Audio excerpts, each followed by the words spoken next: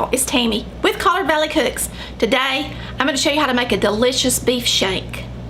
We got two pretty ones. I'm going to go ahead and put some kosher salt on them first.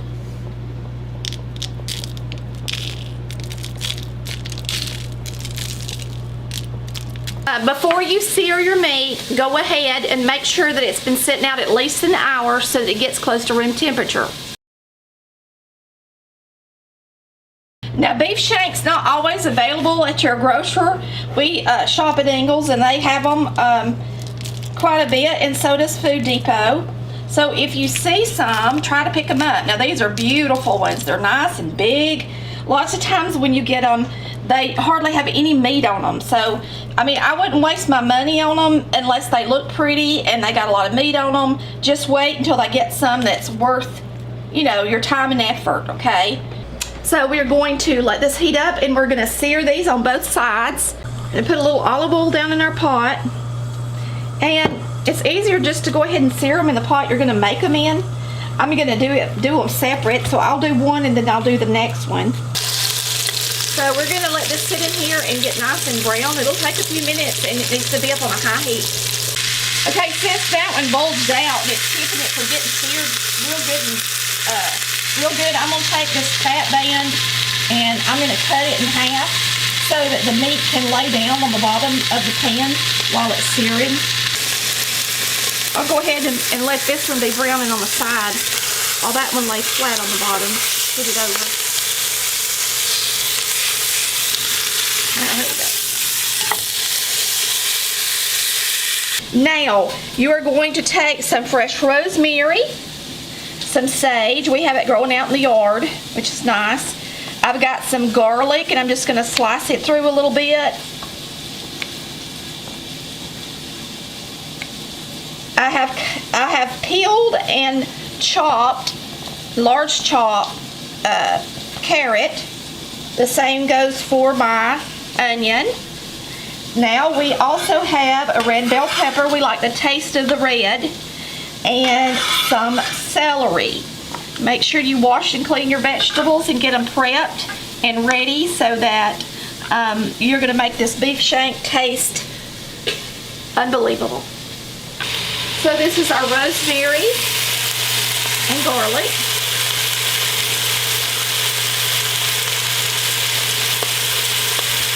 Carrot and onion. Red bell pepper. And celery.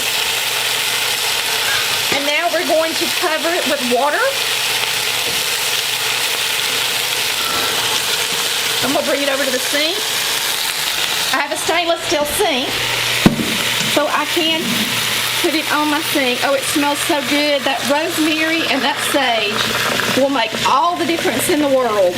So if you can get some fresh, if you don't grow it, try to get some at the grocery store. And if you can't, that's fine too. But it does smell so good in here.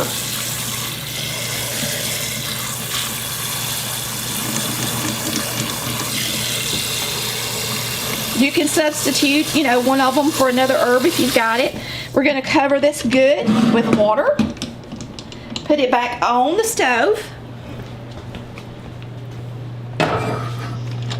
And we are going to simmer this all day. I'm going to put a nice lid on it. Okay, so we've got it covered with water. We've got it on an eye. It is on a lower medium. You're not going to want to turn it up high. You never want to cook any kind of beef at a high temperature quick, or it makes it tough. Slow and low. It makes it taste the best, okay? So put this on the stove, and we're going to let it simmer in here for a couple of hours, and we're going to put the lid on it.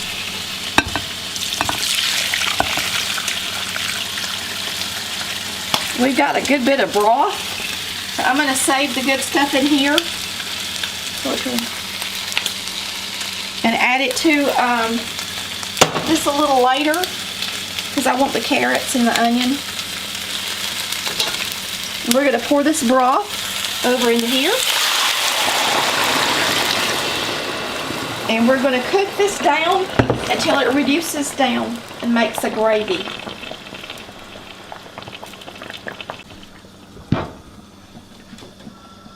Okay, we're gonna leave that on about medium until it reduces. All right, you can see we're boiling it good. And we're going to cook it like this until it's completely reduced and there's just a nice gravy left in the bottom of the pot. Okay, after it's cooked all the way down, you're going to flip it over. You can see that nice glaze on the bottom of the pan. We're going to add the rest of the broth and do the same thing for this side of the shank as well. You can go ahead and add the rest of your vegetables in here as well.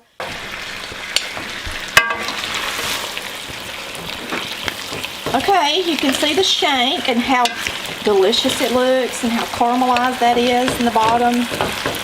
It's all to pieces. That's the way we like it.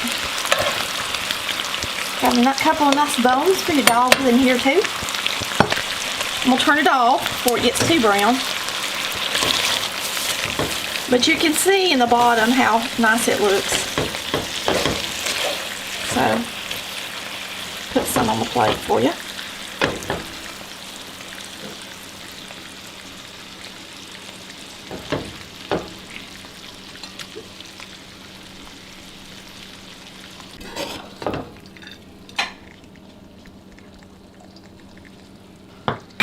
All right, let's give it a taste.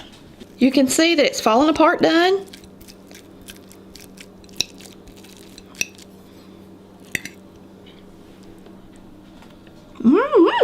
Delish. My best friend and her daughter were here for supper. They've already ate supper. The shank came off the stove and they could not keep their hands out of it. They loved it. They said, "Oh my goodness, why did we eat the other stuff instead of waiting on this?" They ate the whole plate though, and then they got so full they were almost sick. Thanks for watching Colored Valley Cooks, where we cook like Mama did.